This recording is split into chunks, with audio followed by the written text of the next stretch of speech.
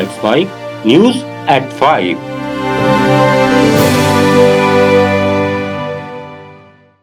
नमस्कार। Let's mic में आप सुन रहे हैं न्यूज़ एट 5।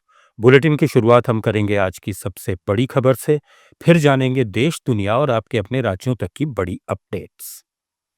देश आज 26वां करगिल विजय दिवस मना रहा है। इस खास मौके पर उन नायकों को श्रद्धांजलि दी गई जिन्होंने राष्ट्र के लिए अपने प्राणों की आहुति दे दी।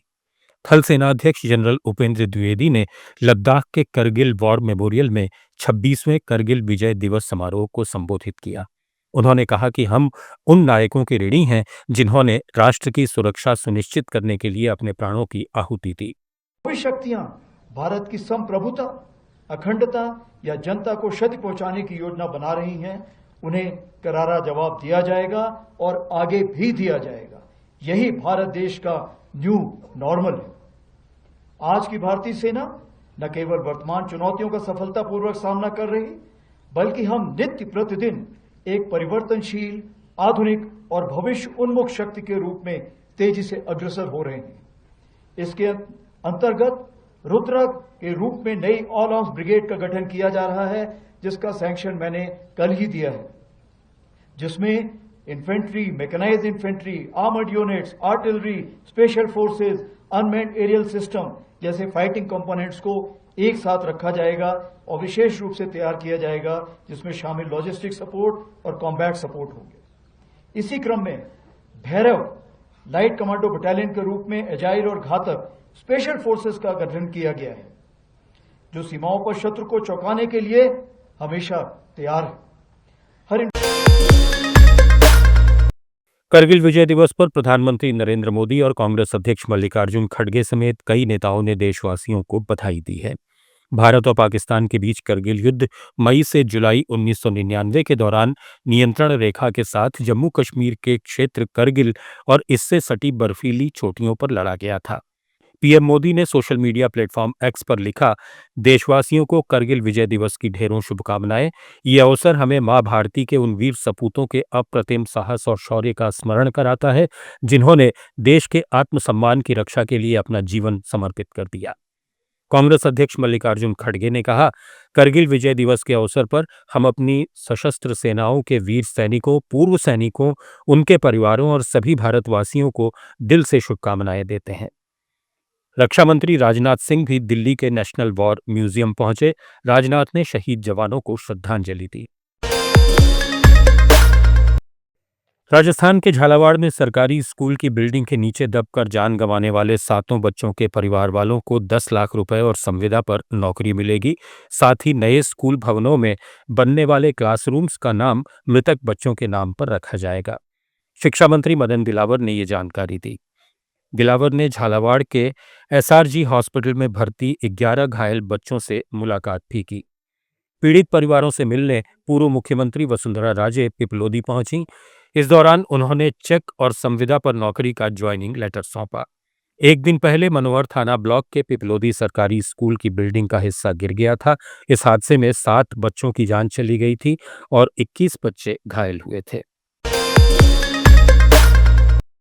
झारखंड के गुमला में पुलिस और नक्सलियों के बीच मुठभेड़ में 3 नक्सलियों के मारे जाने की खबर है। पुलिस ने मौके से इंसास AK-47 सहित विस्फोटक बरामद किए हैं। इससे पहले बोकारो में पुलिस और नक्सलियों के बीच मुठभेड़ में 25 लाख के इनामी नक्सली कुंवर माझी सहित 2 नक्सलियों को मार गिराया गया था। इस मुठभेड़ में कोबरा बटालियन के एक जवान के भी घायल होने की सूचना थी। जयपुर में मुख्यमंत्री के ऑफिस और इंटरनेशनल एयरपोर्ट को बम से उड़ाने की धमकी दी गई। इसके बाद पुलिस प्रशासन हरकत में आया। सीएम ऑफिस के साथ ही एयरपोर्ट पर चेकिंग की गई। हालांकि 1 घंटे की छानबीन के बाद पुलिस को कोई संदिग्ध वस्तु नहीं मिली। जयपुर इंटरनेशनल एयरपोर्ट के ऑफिशियल ईमेल आईडी पर मेल कर लिखा गया था कि 1 से 2 घंटे बाद सीएम ऑफिस और एयरपोर्ट को उड़ा दिया जाएगा। उधर मुंबई के छत्रपति शिवाजी महाराज टर्मिनस को भी बम से उड़ाने की धमकी मिली है। धमकी देने वाले ने कहा कि उसने स्टेशन पर शाम के वक्त बम रखा है। पुलिस ने इस धमकी को गंभीरता से लेते हुए पूरे परिसर की जांच की। पुलिस से मिली जानकारी के अनुसार ये धमकी मुंबई के डीजीपी ऑफिस में फोन करके दी गई। मौके पर रेलवे पुलिस और मुंबई पुलिस के जरिए पूरे स्टेशन की छानबीन की गई, लेकिन कुछ भी संदिग्ध नहीं पाया गया। इस कॉल के बाद मुंबई की कोलाबा पुलिस मामला दर्ज कर जांच कर रही है। वायु प्रदूषण के मद्देनजर दिल्ली की आबोहवा बेहतर बनाने के मकसद से 10 साल पुराने डीजल और 15 साल पुराने पेट्रोल वाहनों के परिचालन पर प्रतिबंध के फैसले पर पुनर्विचार के लिए दिल्ली सरकार ने आखिरकार सुप्रीम कोर्ट का दरवाजा खटखटाया है। नई सरकार बनने के बाद दिल्ली के लाखों लोग जिनके पास पुराने वाहन हैं, ये उम्मीद लगाए थे कि ये सरकार ठीक तरह से अपना पक्ष आदेश जारी करने वालों के समक्ष रखेगी, मगर अभी तक इस दिशा में कोई रियायत नहीं मिलती देख दिल्ली सरकार ने कोर्ट में याचिका दायर की है। दिल्ली सरकार की जनहित याचिका पर मुख्यमंत्री रेखा गुप्ता ने कहा कि जनता का पक्ष रखना हमारा दायित्व है। बिल्कुल, देखिए, जनता का पक्ष रखना ये हमारा दायित्व है। पिछली सरकारों ने पर्यावरण पे कोई काम नहीं किया और जनता को घुटने दिया, मरने दिया कि भी कोर्ट को, एनजीटी को इस तरह के नियम लेकर के आने पड़े कि जिसमें 15 साल और 10 साल की गाड़ियों के ऊपर प्रोहिबिशन लगा। हम पर्यावरण पे पूरी तरीके से सजग हैं। सरकार लगातार काम कर रही है। बेहतर एटमॉस्फेयर दिल्ली को देने के हर संभव प्रयास हो रहे हैं। इसलिए हम चाहते हैं कि कोर्ट इस पे संज्ञान ले और जनता, दिल्ली की जनता, देश की राजधानी की जनता, जो पूरे देश में हर एक के लिए नियम है, दिल्ली में भी लगभग वैसे ही नियम चलने चाहिए। दिल्ली की जनता, अगर जो गाड़ी है वो पॉल्यूशन कर रही है तो 5 साल भी लाइफ उसकी उस पर भी खत्म कर देना चाहिए। परंतु यदि पॉल्यूशन वो गाड़ी नहीं कर रही, वो फिटनेस सर्टिफिकेट उसके पास है और फिट है वो गाड़ी, तो मुझे लगता है कि उस पर कोई कंडीशन नहीं होनी चाहिए। ये सरकार ने अपना पक्ष कोर्ट में रखा है और मैं समझती हूँ कि माननीय कोर्ट इसका संज्ञान लेगा और दिल्ली की जनता को उनके अधिकार देगा।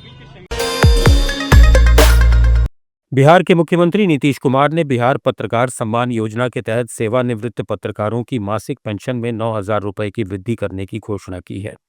अब बिहार सरकार में पंजीकृत सभी पात्र सेवानिवृत्त पत्रकारों को पहले मिलने वाले 6,000 रुपए के बजाय 15,000 रुपए हर महीने पेंशन दी जाएगी।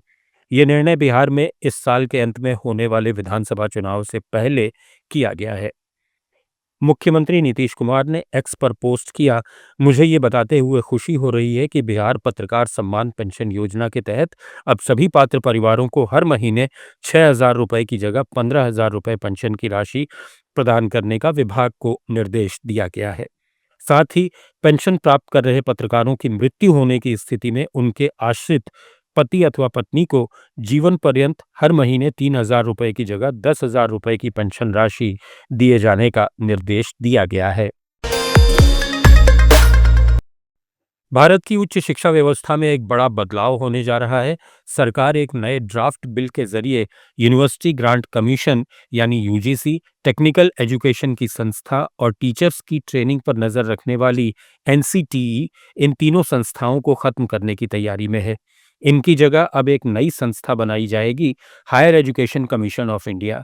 ये कदम 2020 में लाई गई नेशनल एजुकेशन पॉलिसी के आधार पर उठाया जा रहा है। HECI एक तरह से उच्च शिक्षा के लिए एक एकीकृत छतरी संस्था की तरह काम करेगी। यानी अब अलग अलग विभागों की जगह एक ही संस्था के जरिए कोर्स के मानक तय करने से लेकर कॉलेजों को डिग्री देने की मंजूरी तक का काम किया जाएगा। ये संस्था 4 हिस्सों में बटी होगी। हर भाग की खास भूमिका होगी, जैसे शिक्षा की गुणवत्ता तय करना, रेगुलेशन करना, वित्तीय सहायता देना और डिग्री की मान्यता देना। इसका मकसद ये है कि पहले जो व्यवस्था बिखरी हुई थी उसे अब एक सेंट्रल सिस्टम से संभाला जा सके। सरकार का मानना है कि इससे शिक्षा व्यवस्था में एकरूपता आएगी और संस्थानों को अधिक स्वायत्तता यानी आत्मनिर्भरता भी मिलेगी।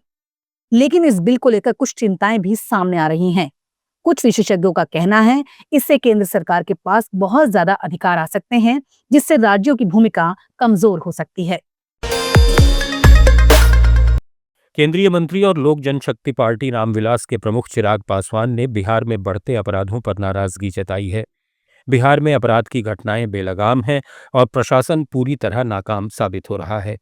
चिराग ने पत्रकारों से कहा कि अपराधों की श्रृंखला बन गई है और प्रशासन अपराधियों के सामने लाचार दिख रहा है। उन्होंने चेतावनी दी कि अगर यही हाल रहा तो बिहार के लिए स्थिति भयावह हो सकती है। चिराग ने दुख जताते हुए कहा कि उन्हें ऐसी सरकार का समर्थन करने का अफसोस है जहां अपराध बेलगाम है। पूर्व केंद्रीय मंत्री अशोक गजपति राजू ने गोवा के नए राज्यपाल के रूप में शपथ ली। उन्होंने पीएस श्रीधरन पिल्लई का स्थान लिया है। शपथ ग्रहण समारोह राजभवन में हुआ, जहां बॉम्बे हाईकोर्ट के मुख्य न्यायाधीश आलोक आराधे ने उन्हें पद की शपथ दिलाई। इस मौके पर मुख्यमंत्री प्रमोद सावंत सहित कई गणमान्य लोग मौजूद रहे। मध्य प्रदेश के सागर जिले के खुरई के पास टीहर गांव में एक परिवार के 4 लोगों ने एक साथ आत्महत्या कर ली। हालांकि अब तक आत्महत्या के कारणों की पुष्टि नहीं हो सकी है। पुलिस मामले की जांच में जुटी है। थाईलैंड और कंबोडिया के बीच बॉर्डर विवाद अब जंग में बदल चुका है और पिछले 3 दिन से दोनों देशों के सैनिकों में गोलीबारी का सिलसिला जारी है। थाईलैंड ने कंबोडिया के सैन्य ठिकानों पर एयर स्ट्राइक भी की है। दोनों देशों के बीच जंग में अब तक 33 लोग अपनी जान गंवा चुके हैं। थाईलैंड में 20 लोगों की मौत हुई है, जिनमें 1 सैनिक और 19 नागरिक हैं। वहीं कंबोडिया में अब तक 13 लोग मारे गए हैं, जिनमें 5 सैनिक और 8 नागरिक हैं। इस जंग की वजह से दोनों देशों में अब तक करीब 130 लोग घायल हो चुके हैं। जंग बढ़ती देख यूनाइटेड नेशंस में कंबोडिया के प्रतिनिधि ने सीज फायर की मांग भी उठाई है। इसी बीच कंबोडिया में भारतीय दूतावास की तरफ से एडवाइजरी जारी की गई है। भारतीय नागरिकों को सलाह दी गई है कि वे बॉर्डर के पास के इलाकों की यात्रा न करें, साथ ही इमरजेंसी की स्थिति में दूतावास से संपर्क करें। अमेरिका की एक फेडरल कोर्ट ने राष्ट्रपति डोनाल्ड ट्रंप के उस आदेश को फिर से रोक दिया है जिसमें कहा गया था कि अगर किसी बच्चे के माता-पिता अमेरिका में अवैध रूप से रह रहे हैं तो उस बच्चे को अमेरिकी नागरिकता नहीं मिलेगी। ये तीसरी बार है जब अदालत ने ट्रंप का ये आदेश लागू होने से रोका है। कोर्ट ने यह भी कहा कि इस मामले पर आखिरी फैसला सुप्रीम कोर्ट ही करेगा, लेकिन जब तक वहां से कोई आदेश नहीं आता, ट्रंप का ये नियम लागू नहीं होगा। बोस्टन के जज लियो सोरोकिन ने कहा कि बर्थ राइट सिटीजनशिप संविधान के खिलाफ है। अमेरिका में जो बच्चा जन्म लेता है वो अमेरिका का नागरिक होता है और ये नियम कोई राष्ट्रपति अपने आदेश से नहीं बदल सकता। ट्रंप ने अपने शपथ ग्रहण वाले दिन एग्जीक्यूटिव ऑर्डर पर साइन कर बर्थ राइट सिटीजनशिप पर रोक लगा दी थी। संयुक्त राष्ट्र के वर्ल्ड फूड प्रोग्राम ने गजा को लेकर एक गंभीर चेतावनी जारी की है। एजेंसी का कहना है कि वहां हर 3 में से 1 व्यक्ति कई दिनों से भूखा है। हालात इतने खराब हैं कि करीब 90,000 महिलाएं और बच्चे ऐसे हैं जिन्हें तुरंत इलाज की जरूरत है। वर्ल्ड फूड प्रोग्राम के मुताबिक गजा में कुपोषण लगातार बढ़ रहा है और आने वाले दिनों में भूखमरी और ज्यादा बढ़ने की आशंका है। इधर गजा के हमास संचालित स्वास्थ्य मंत्रालय ने जानकारी दी है कि कुपोषण की वजह से मरने वालों की संख्या 122 तक पहुंच चुकी है। इस पूरे इलाके में आवाजाही और राहत सामग्री पर नियंत्रण रखने वाला इजराइल कहता है कि वो किसी की मानवीय सहायता को रोक नहीं रहा है। उल्टा इजराइल का आरोप है कि गजा में भूखमरी और हालात बिगड़ने के लिए हमास जिम्मेदार है। गौरतलब है कि 7 अक्टूबर 2023 से इजराइल और हमास के बीच जारी युद्ध में गजा में अब तक 59,000 से ज्यादा लोगों की मौत हो चुकी है। और अब मौसम की जानकारी राखी से। मौसम विभाग ने शनिवार को मध्य प्रदेश, छत्तीसगढ़, महाराष्ट्र और गोवा में बारिश का रेड अलर्ट जारी किया है। इनके अलावा पूर्व और दक्षिण के 13 राज्यों में ऑरेंज अलर्ट है। बंगाल की खाड़ी में बने लो प्रेशर की वजह से शनिवार को बंगाल के दक्षिणी जिलों में भारी बारिश हो सकती है। मध्य प्रदेश में शुक्रवार को भी तेज बारिश हुई। सिंगरौली में 60 इंच बारिश दर्ज की गई। अशोकनगर के चंदेरी में राजघाट डैम के 12 गेट खोले गए।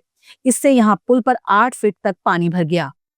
मध्य प्रदेश और उत्तर प्रदेश को जोड़ने वाला हाईवे बंद होने से वाहनों की लंबी कतारें लगी हुई हैं। हिमाचल प्रदेश में भारी बारिश का कहर जारी है। राज्य आपदा प्रबंधन प्राधिकरण के मुताबिक राज्य में शुक्रवार शाम तक 221 सड़कें, 36 बिजली के ट्रांसफार्मर और 152 जलापूर्ति योजनाएं बंद थी। हिमाचल में इस सीजन में 24 जुलाई तक बादल फटने की 25, लैंडस्लाइड की 30 और अचानक बाढ़ की 42 घटनाएं हुई हैं। इससे 414 मकान और 297 मकान जमींदोज हो गए हैं। वहीं 877 मकानों को आंशिक नुकसान पहुंचा है। न्यूज एट 5 में अभी इतना ही। देखते रहिए, सुनते रहिए। Let's mic. नमस्कार। आप सुन रहे थे let's mic more than radio. Follow कीजिए हमें हमारे सोशल मीडिया प्लेटफॉर्म्स पर। आप सुन रहे थे let's mic more than radio.